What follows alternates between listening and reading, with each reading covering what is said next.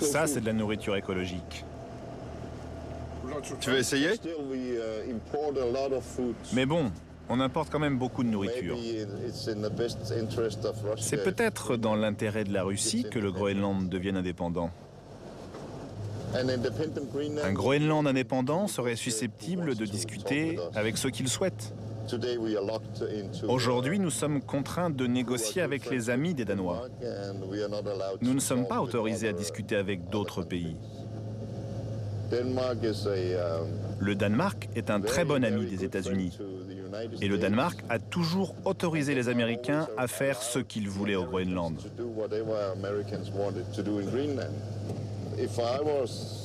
Si j'étais le roi du Danemark ou le Premier ministre, je serais inquiet. Je me dirais, je n'ai pas envie de perdre 98% de mon territoire. Et aussi, je ne veux pas perdre mon accès à la région la plus importante du monde à l'heure actuelle.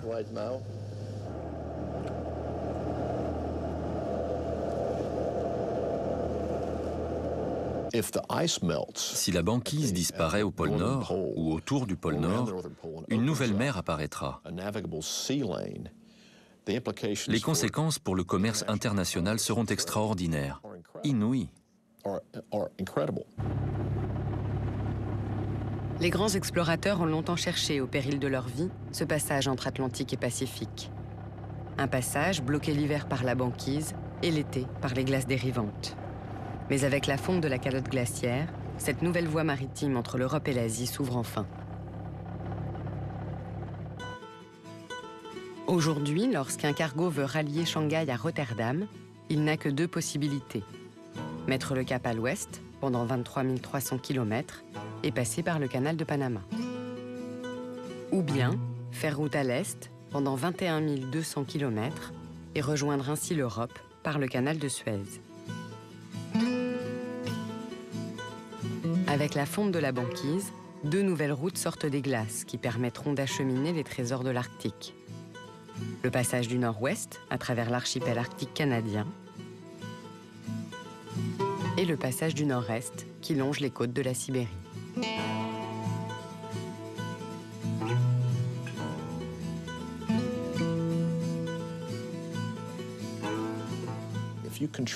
Si vous contrôlez une zone maritime qu'une partie importante du trafic international, si ce n'est la majorité, doit emprunter, alors c'est capital pour des raisons militaires, pour des raisons commerciales et politiques. C'est vraiment cet enjeu des routes maritimes. Ce n'est pas tant le fait d'aller chercher du pétrole au pôle Nord, car cela serait terriblement difficile, mais c'est la possibilité de naviguer au pôle qui nous préoccupe tous, au plus haut point. Nous allons développer la route maritime du Nord-Est, parce que c'est l'avenir de la Russie. Le pétrole, le gaz, les diamants, l'or, les apatites, le nickel, tout ça on le trouve en Arctique. Alors comment faire autrement? C'est le débouché naturel évident pour de nombreuses régions. Mourmansk, Arkhangelsk, Yakoutie, Taïmyr, Tchoukotka, Magadan, tout ça c'est l'Arctique. Je pense qu'effectivement, le principal intérêt de ces routes maritimes qui se développent, c'est de favoriser pour le Canada, pour la Russie, l'exploitation des ressources naturelles qu'on va découvrir pour le Canada dans l'archipel arctique canadien, pour la Russie juste au nord de la Sibérie, donc dans les marges continentales une marge maritime continentale de la Russie. Ces icebergs proviennent du glacier d'Ilulissat, un peu plus au sud.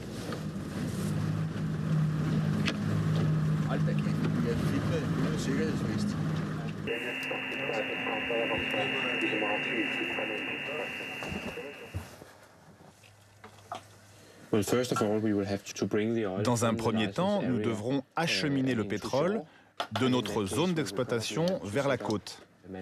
Et dans ce cas, nous devrons probablement construire des usines sur les côtes de l'île de Disco, où nous pourrions au minimum séparer le pétrole, le gaz et l'eau. Mais le problème ici, c'est qu'à peu près la moitié de l'année, la région est prise par la banquise et les bateaux ne peuvent pas y accéder. L'autre possibilité, ce serait de construire un pipeline vers le sud, jusqu'à Sisimiut, parce que là, c'est presque toujours libre de glace. Ça nous permettrait d'acheminer du brut en permanence toute l'année. Ce serait évidemment beaucoup plus cher de construire un tel pipeline sur une distance qui représente à peu près 250 km. En fait, nous devrons enterrer le pipeline. Et ça à cause des icebergs qui raclent les fonds et creusent de larges tranchées dans le sous-sol marin. Donc ce pipeline devra être enterré à environ 7 ou 10 mètres de profondeur. Et je peux vous dire que la profondeur des eaux ici, c'est un sacré défi.